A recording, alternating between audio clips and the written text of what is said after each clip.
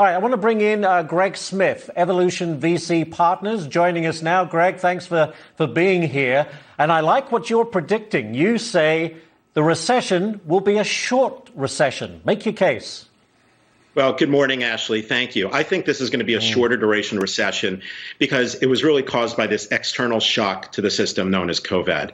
I've lived through multiple prior recessions in my lifetime, and if you look at those recessions, they were caused by major structural imbalances to the system, such as really from hyperinflated asset bubbles.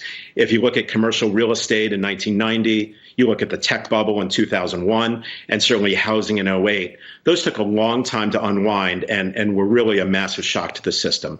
And I think as you look at that, coupled with the fact that most people have cabin fever, they want to get out, they want to get back to life as normal as we knew it, and also look at the fact that we've had, endless monetary and fiscal support from the Fed. It's been very aggressive.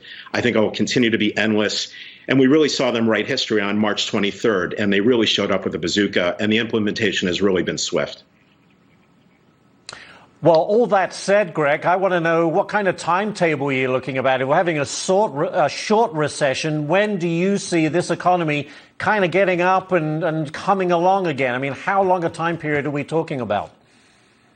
Well, the average recession has lasted, say, 13 months. And even if you look back at 1918, 1919, during the last Spanish flu, which might be comparable to this, different time frame, that lasted 6 months. But, again, today, I think the equity market is really going to be a leading indicator, and it's certainly going to precede the economic turn in the economy. And I think the equity market will begin to tell us what's going on, and that we've actually peaked and are starting to come over the hump of this bell curve, if you will, and hit the back nine. I think that it will be shallow, and I think that we're going to see, people, again, want to get back to work. And I think it's very hard, obviously, to time the market. We all know you can't pick tops, you can't pick bottoms. And the best thing we can do is really assess the risk return of the equity market today. And I truly believe that we're going to be in a better position a year from now than we are today. So I've been a gradual buyer of equities. I've been buying ETFs and betting that we'll be in a better position here. What makes this situation, though, and you touched on this on the first question, what makes this different from the housing and tech bubbles? Well, again, that was major structural imbalance in the system built up over a long period of time, right? So we didn't really have that today. Today this was this black swan event that showed up in record time. The adjustment to equity prices has been very, very swift and dramatic. It happened in record speed. You had massive unwinds of positions from all the quant and market neutral funds that unwound positions very, very quickly. And I think you get to a position of re-risking as people start putting back on positions and they realize that, equity prices are going to be more attractive, certainly as they relate to fixed income.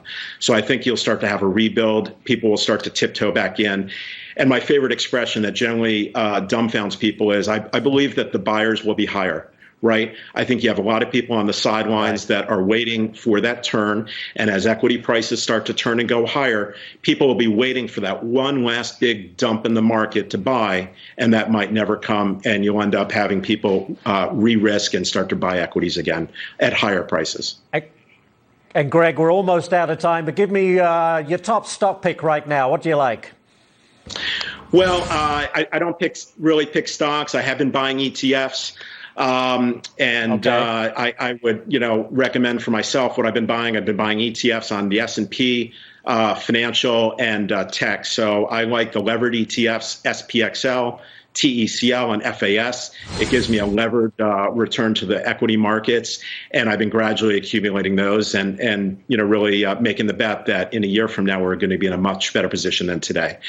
And in, private portfolio, I have many private investments.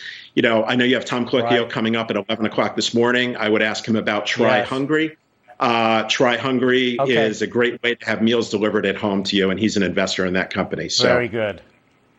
I will do that. Greg, thank you so much for joining us. I hope you're right. A shorter, more shallow recession, in your opinion. Let's hope you are right. Greg, thank you so much for joining us. So. Much Thank you. appreciated. Greg Smith.